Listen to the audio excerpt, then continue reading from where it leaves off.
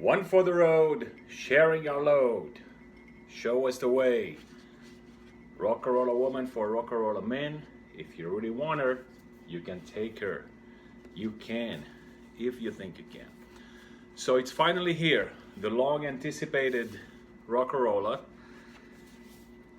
50-year remix, remaster, and let's give you the good, the bad, and the ugly, the whole rundown. So of course, the good, the big good, and the big beautiful about it is that it's finally here. In other words, the band has finally owned up to this record, has finally acknowledged it, and has finally done something pretty good with it. That is in a nutshell the main good point about this record.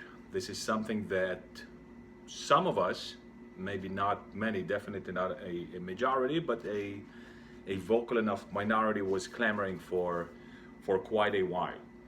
And for those who remember, in the beginning of the band's history, or not the beginning, but when the band was becoming famous, they totally ignored this record.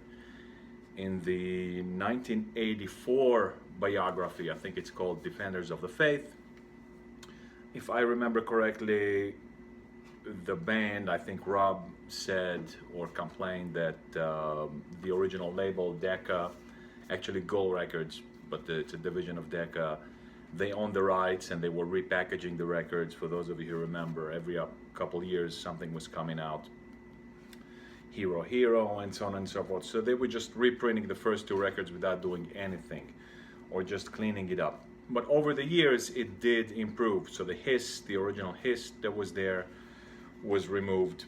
But this is something really, I don't want to say totally new, because it's the same, mostly the same tracks. They did a good job. It's pretty clean. It sounds good. And the first thing I heard, or my first reaction when I put it on, was whoa! It just kind of blew me away, because it sounded so different than the original. Way louder, first of all, way louder, and the sound is much cleaner. And to my great surprise, I didn't jump on it. I didn't like it or didn't love it as much as I expected that I would. And I think the reason is that we got so used to the old recording or the old sound that we just said, okay, that this is it. We got used to it.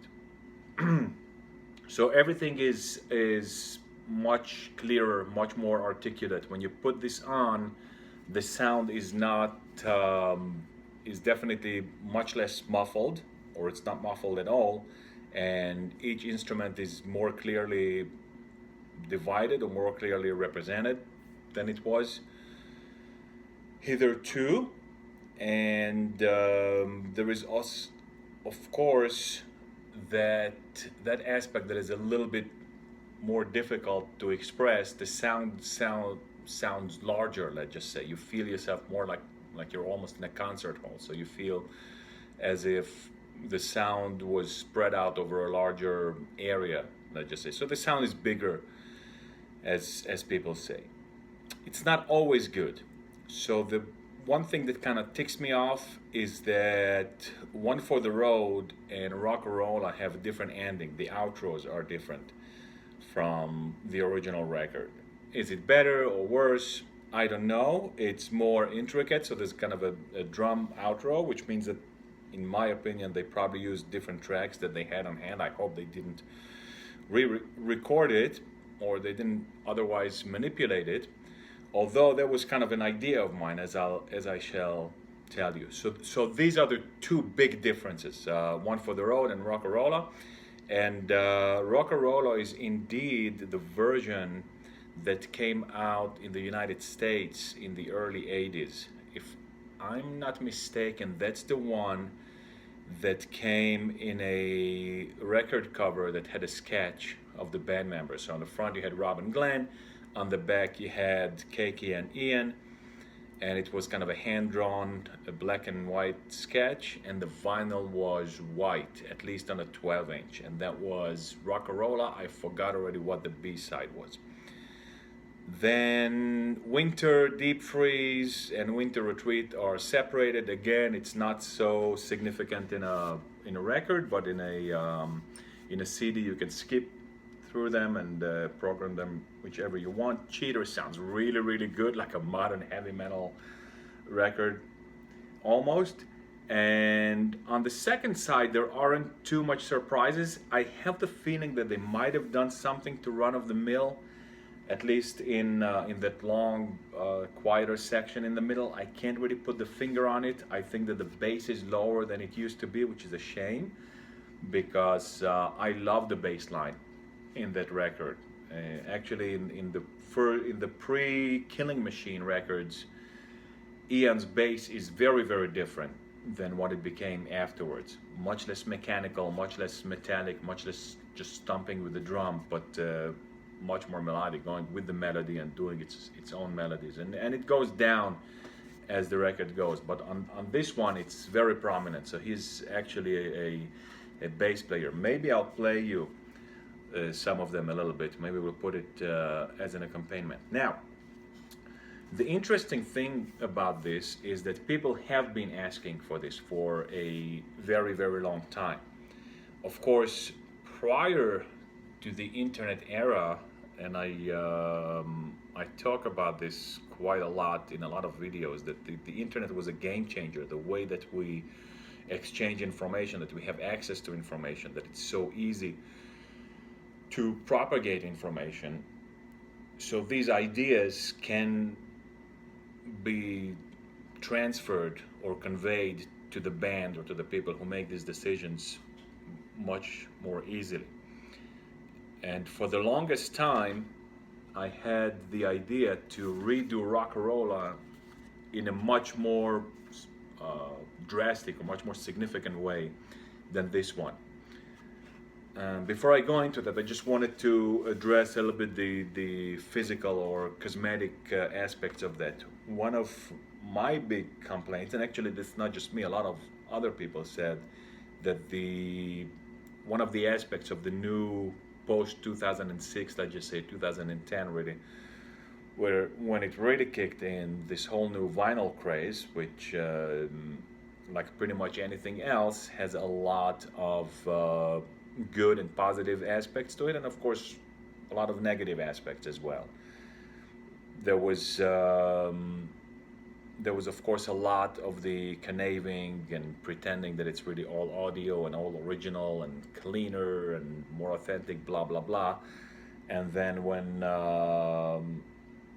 there was the controversy with one of the big vinyl companies, vinyl reissue companies, Mike Fremer ended up with a lot of egg on his face, and of course he didn't fully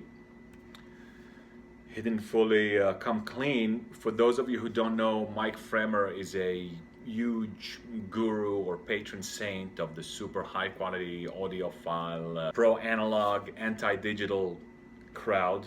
And when it was revealed that a lot of records that were sold as true original analog recording from the real true original OG master, they weren't. They did get a digital file somewhere along the way. But other than that, I'm sure that this is of course all digitized, but they made a fairly good job. So this doesn't have the cheap feel just to make, okay, so what I wanted to say is that the big negative aspect of this new vinyl craze is that a lot of vinyls records are being sold like literally on the very, very cheap. So the record puts in the bare minimum just to print them out, get them out on the market, and grab the cash. Not so much this one. So beautiful gatefold, that's first of all printed on heavy cardboard stock, very good. The cardboard has a good feel of it. It's nice and smooth, but not overly shiny. Here, I don't know if it can be appreciated on the picture on this video, but all of these, the droplets of water, they're all high relief. So if you touch them, they pop out a little bit. Again, The price is outrageous on this. You are going to pay north of $40 with shipping. This is an outrage. The record should cost $25 and then another $5 for shipping, and they could throw in the bottle opener for that price.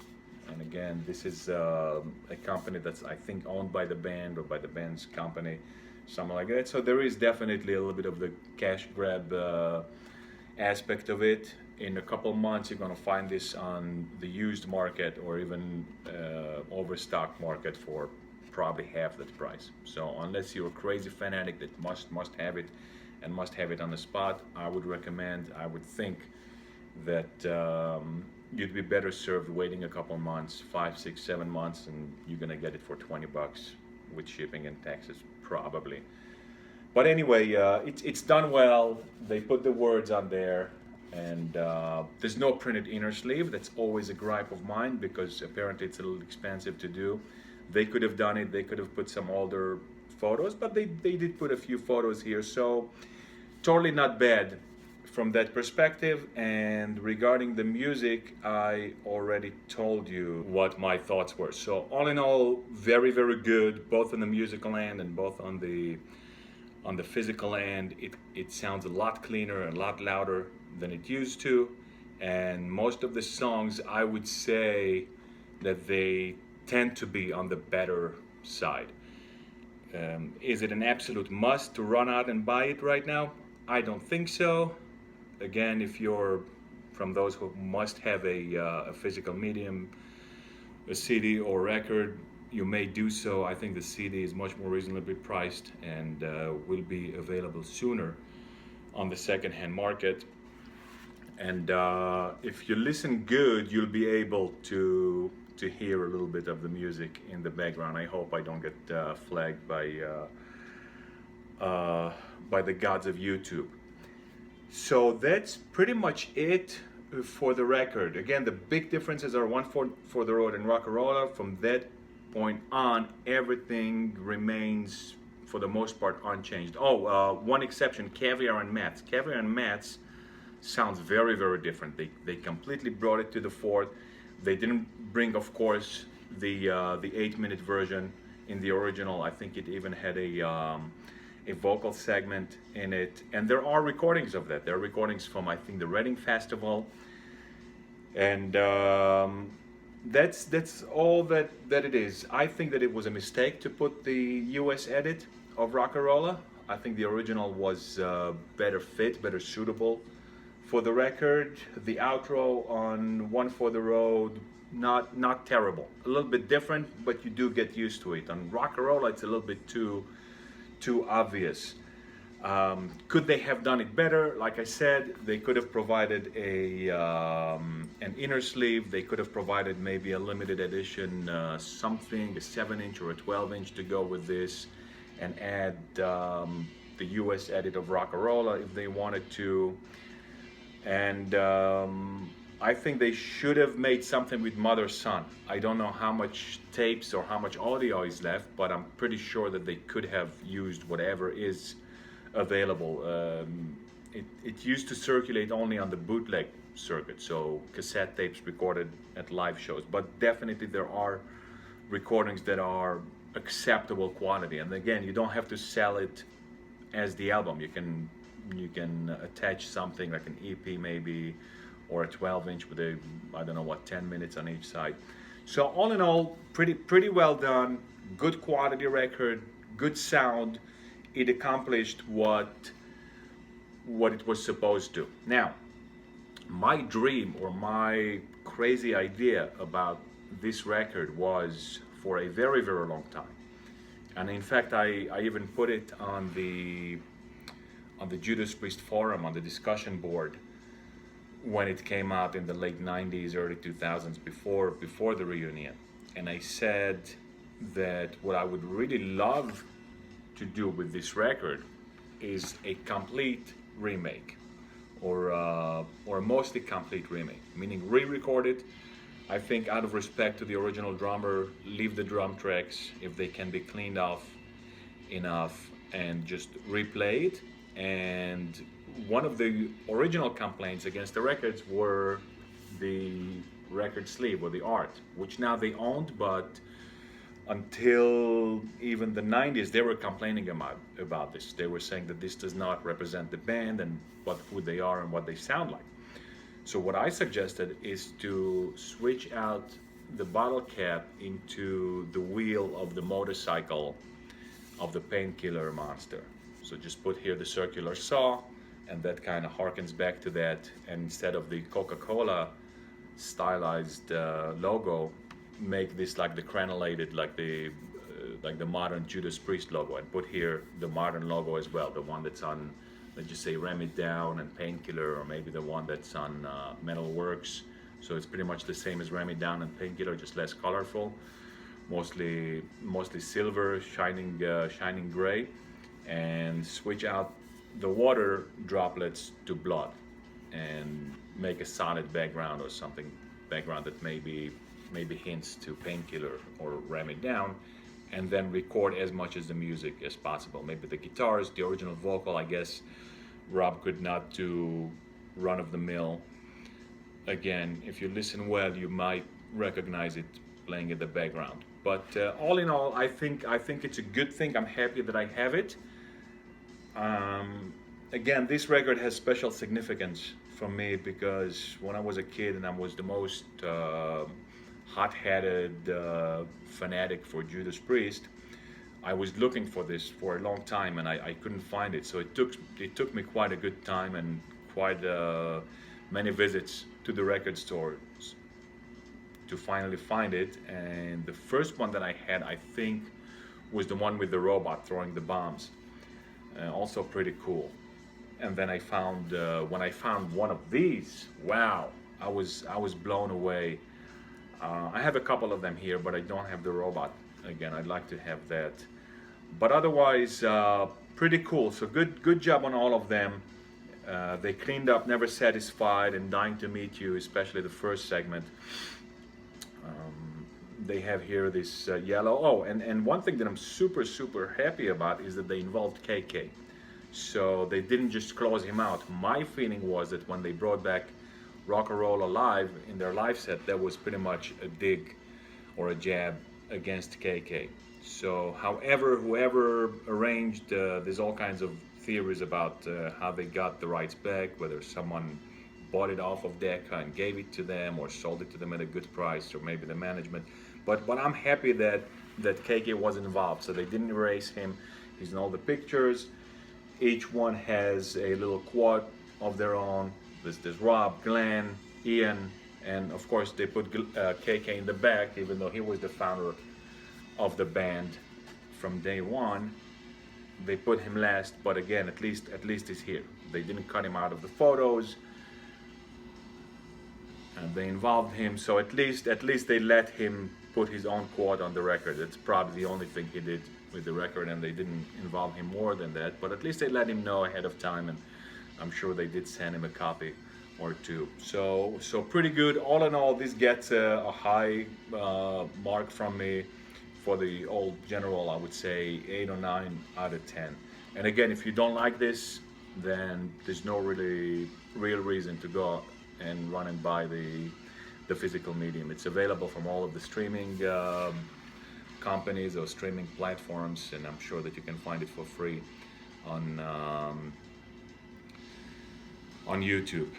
I would love to have a track-by-track comparison. So original One for the Road, new One for the Road, original Rocka Rolla, and so on to the end. That would be interesting to listen, and you would see the level in volume. So it's cleaner, higher volume, definitely the biggest change from all of those that were released through the years, the most significant.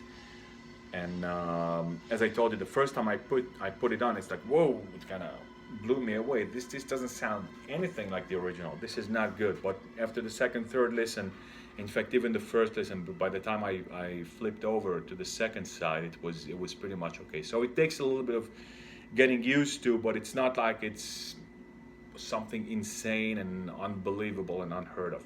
Good release, and it's good that in the same year, 50 years after their original record, they're releasing a tribute to the original, as well as a new record, Invincible Shield, which is a pretty good release in and of itself. So until the next time, have a great time and rock on!